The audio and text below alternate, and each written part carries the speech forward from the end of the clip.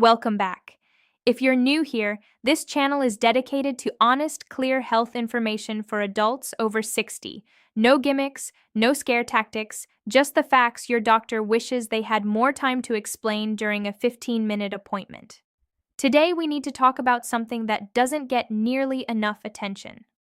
The specific habits and behaviors people engage in during the 2 to 3 hours before sleep that dramatically increase the risk of a heart attack or stroke occurring overnight. Cardiologists call the window between midnight and 6 a.m. the vulnerable period. Your blood pressure dips, your heart rate slows, your blood thickens slightly as you become dehydrated through breathing and perspiration. For a healthy 30-year-old, none of that matters much. For someone over 60, particularly someone with high blood pressure, diabetes, high cholesterol, or a history of heart disease, that vulnerable window becomes a minefield. And certain bedtime habits essentially scatter more minds across it. We're going to walk through the most dangerous ones, explain the medical reasoning behind each, and give you clear, practical steps to protect yourself starting tonight. No exaggeration, no fluff. Just information that could keep you waking up tomorrow morning. Let's begin with the one that caught Gerald. Gerald's plate of reheated lasagna wasn't just uncomfortable, it was physiologically dangerous. When you consume a large meal, especially one rich in saturated fat, sodium, and refined carbohydrates, your body redirects a significant portion of blood flow toward your digestive system. Your heart has to pump harder. Your blood pressure spikes temporarily, sometimes by 15 to 20 points. Meanwhile, the sodium pulls water into your bloodstream, increasing overall blood volume. Now picture this happening at 11 o'clock at night, right before you lie flat. Your stomach is full, pressing upward against your diaphragm, making each breath slightly shallower. Acid creeps toward your esophagus. Your heart is working overtime to manage digestion while simultaneously trying to transition into its slower nighttime rhythm. The conflicting signals stress your cardiovascular system in ways that researchers at the European Society of Cardiology have directly linked to increased nocturnal cardiac events. A 2019 study published in the European Heart Journal found that individuals who consumed more than 33% of their daily caloric intake after 6 p.m. had a 28% higher chance of developing elevated nighttime blood pressure, a condition called non-dipping, where your blood pressure fails to drop during sleep the way it should. Non-dipping is one of the strongest independent predictors of stroke. So, what should you do instead? Eat your last substantial meal at least 3 hours before you plan to sleep. If you genuinely feel hungry close to bedtime, choose something small and gentle. A handful of unsalted almonds, half a banana, a small cup of warm chamomile tea. Your heart will thank you by continuing to beat. This one surprises people, and it shouldn't be ignored. The timing of your medication matters almost as much as taking it in the first place. Certain drugs, particularly some blood pressure medications, diuretics, and even over-the-counter pain relievers, can create dangerous conditions when taken immediately before bed without medical guidance specific to nighttime dosing.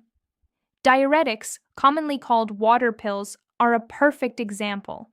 Medications like furosemide or hydrochlorothiazide force your kidneys to expel sodium and water. Taken at bedtime, they accelerate dehydration overnight. You're already losing moisture through breathing and light perspiration for 7 or 8 hours straight. Add a diuretic on top of that, and by 3 a.m., your blood has thickened considerably. Thicker blood clots more easily. Clots in coronary arteries cause heart attacks. Clots that travel to the brain cause strokes. The chain of events is disturbingly simple. Non-steroidal anti-inflammatory drugs, ibuprofen, naproxen, the pills many of you reach for when your knees ache or your back stiffens before bed, carry their own nighttime risk. NSAIDs constrict blood vessels and promote sodium retention. A 2017 study from the British Medical Journal found that NSAID use increased the risk of heart attack by roughly 20 to 50%, with the highest risk occurring in the first 30 days of regular use. Taking them right before lying horizontal for 8 hours compounds the vascular stress. Talk to your doctor. Specifically, ask whether each medication you take should be a morning dose or an evening dose. This single conversation could fundamentally alter your overnight risk profile.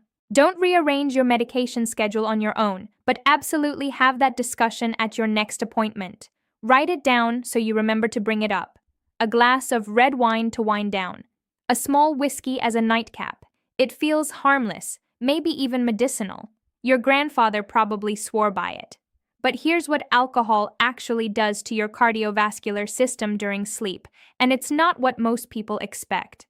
Alcohol initially acts as a vasodilator, meaning it widens your blood vessels and drops your blood pressure. Sounds helpful, right? The problem comes roughly 3 to 4 hours later, when the alcohol metabolizes and your body rebounds. Blood vessels constrict sharply.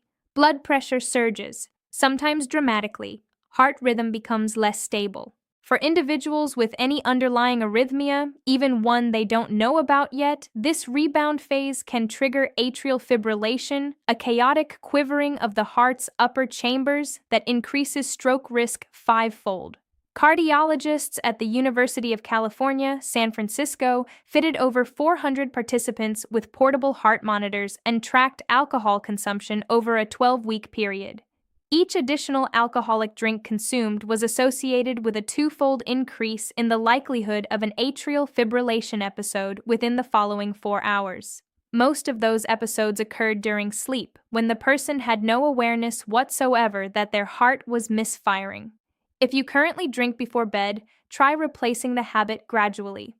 Warm milk with a pinch of cinnamon, tart cherry juice, which contains natural melatonin, decaffeinated herbal tea. Your sleep will actually improve. Alcohol fragments your sleep cycles even when it feels like it's helping you drift off faster. You'll wake up more rested and considerably safer. This is the silent killer that hides in plain sight, or rather, plain sound. If your spouse, your children, or your grandchildren have ever mentioned that you snore loudly, that you gasp or choke during sleep, or that you sometimes stop breathing for several seconds, you need to pay very close attention right now. Obstructive sleep apnea affects an estimated 25 to 30 million adults in the United States, and the prevalence climbs steeply after age 60. During an apnea episode, the soft tissue in the back of your throat collapses and physically blocks your airway. You stop breathing, oxygen levels plummet, your brain panics, floods your system with adrenaline and cortisol, your heart rate rockets upward, and blood pressure spikes violently, sometimes to 200 over 110 or higher, before you partially wake, gasp, and resume breathing. This cycle can repeat 30, 50, even 90 times per hour throughout the night. Each one of those surges is a small cardiovascular emergency. Night after night, month after month, they remodel the walls of your heart, thicken your arterial linings, promote plaque instability, and dramatically increase the likelihood of a catastrophic event. The American Heart Association has classified severe untreated sleep apnea as an independent risk factor for sudden cardiac death during sleep, with peak danger occurring between midnight and 6 a.m. The exact window we discussed earlier. Sleeping on your back worsens the condition significantly because gravity pulls the tongue and soft palate backward. A simple positional change, sleeping on your side with a supportive pillow, can reduce mild apnea episodes by up to 50%. But if you suspect moderate or severe apnea, a sleep study and potential CPAP therapy could be among the most important medical decisions you ever make. This is not about snoring. This is about whether your heart can survive another 10,000 overnight adrenaline surges. I want to pause here for a moment. If you're over 60, or if you're watching this because you care for an elderly parent, a spouse, or a grandparent, this information could genuinely be life-saving. I don't say that lightly. Please consider sharing this video with someone you love. Hit that subscribe button so we can keep bringing you this kind of content, and drop a comment below telling me which of these habits surprised you the most. Your engagement helps this video reach more people who need to hear it. Now, let's continue, because we're not finished. You had an argument with your adult child over the phone at 9 p.m. You watched the evening news and your blood boiled at something political. You spent an hour scrolling through Facebook, reading comments that infuriated you. You lay down in bed, still clenching your jaw, replaying the conversation, composing the perfect response you wish you'd delivered. That simmering emotional state is not just unpleasant, it is biochemically dangerous. Acute psychological stress triggers your sympathetic nervous system, the fight or flight response. Cortisol and norepinephrine flood your bloodstream. Your arteries constrict.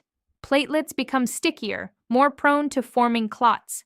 Inflammatory markers like C-reactive protein and interleukin 6 spike measurably. A landmark study published in the Journal of the American Heart Association found that episodes of acute anger doubled the risk of heart attack within the following 2 hours, with the risk remaining elevated for up to 5 hours afterward.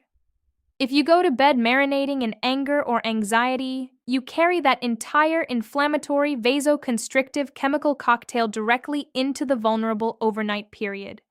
Your blood is stickier. Your vessels are tighter. Your heart is beating faster than it should be for rest.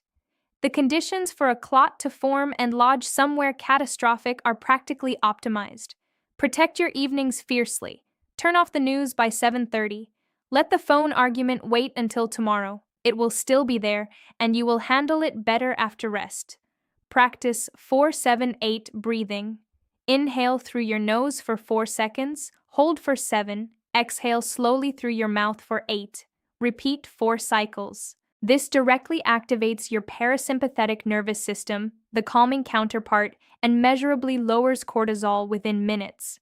Your bedtime emotional state is not a luxury concern. It is a cardiovascular survival strategy. Many seniors deliberately stop drinking water after 6 or 7 in the evening because they don't want to wake up multiple times to use the bathroom. Understandable. Nighttime trips to the bathroom are annoying, and for those with mobility issues, they're a fall risk. But the trade-off of going to bed dehydrated carries its own grave danger. During 7 to 8 hours of sleep, you lose approximately 1 to 1.5 pounds of water through respiration and perspiration alone. If you entered sleep already mildly dehydrated, your blood volume drops, viscosity increases, and flow through narrowed or partially blocked arteries slows to a crawl. Platelets that might have slid past a plaque deposit in well-hydrated blood now linger, stack, and adhere. This is the mechanism behind the well-documented peak in heart attacks and strokes that occurs between 4 and 7 a.m., a phenomenon so consistent that emergency rooms staff accordingly. The solution isn't to chug a full glass at bedtime. Instead, take small, steady sips of water throughout the evening, 4 or 5 ounces between dinner and bed. Keep a small cup of water on your nightstand and take 2 or 3 sips if you wake during the night. The goal is gentle, sustained hydration, not a flood that sends you sprinting to the bathroom every 90 minutes. Think of it as keeping a river flowing rather than letting it dry to a trickle. Your blood needs enough fluid volume to move freely through vessels that, at your age, may already have some degree of narrowing. Exercise is wonderful. Nobody is disputing that. Regular moderate physical activity reduces cardiovascular risk dramatically. But timing matters, particularly for older adults. Vigorous exercise within 60 to 90 minutes of sleep, heavy yard work done as the sun goes down, an intense late evening gym session, even something as deceptively strenuous as moving furniture or hauling boxes, sends your body into a state of elevated cardiovascular demand at precisely the wrong moment. Core body temperature rises, adrenaline lingers, heart rate remains elevated well above resting levels. Blood pressure stays in its exercise range rather than beginning its natural nighttime descent. If you then force yourself into bed while your cardiovascular system is still running at daytime intensity, you create a mismatch between what your body is doing and what your brain is telling it to do. For someone with underlying coronary artery disease, and roughly half of adults over 65 have some degree of it, whether diagnosed or not, this mismatch can destabilize arterial plaque. Aim to finish any vigorous activity at least 3 hours before bedtime. Evening walks at a gentle pace are perfectly fine and actually beneficial. Stretching, light yoga, slow breathing exercises, all safe, all helpful for sleep quality. Save the heavy lifting, the brisk jogging, and the competitive pickleball games for morning or early afternoon. Let's bring this together. 7 habits that millions of people over 60 perform before bed, often without the slightest awareness of the risk they carry. Eating large, heavy meals late at night. Taking certain medications at improper times without specific guidance. Drinking alcohol as a nightcap. Leaving obstructive sleep apnea untreated, especially while sleeping on your back. Going to bed in a state of emotional distress or anger. Allowing yourself to become significantly dehydrated overnight. Engaging in strenuous physical exertion too close to bedtime. Not one of these requires expensive treatment to fix. Not one demands a hospital visit or a radical lifestyle overhaul. Each requires only awareness and a small, deliberate adjustment, the kind you can begin tonight, the kind that compounds into years of additional life. Gerald's wife Linda told a grief counselor 3 months after his death that the hardest part wasn't the loss itself. The hardest part was learning afterward that small changes might have kept him alive, and that nobody ever told them. Nobody explained the nightcap. Nobody questioned the late dinners. Nobody asked about snoring. You've heard it now. You know, that knowledge is a gift, but only if you use it. If this information meant something to you today, please subscribe to this channel. We publish new senior health content regularly, and every video is built around the same principle, giving you clear, honest guidance that helps you live longer and stronger. Share this video with your spouse, your siblings, your friends at church, or at the community center. Send it to your adult children so they understand what to watch for. And leave a comment below. Tell me which of these habits you recognize in your own life, or ask a question you'd like us to cover in a future video. Take care of yourselves. You are worth protecting. I'll see you in the next one.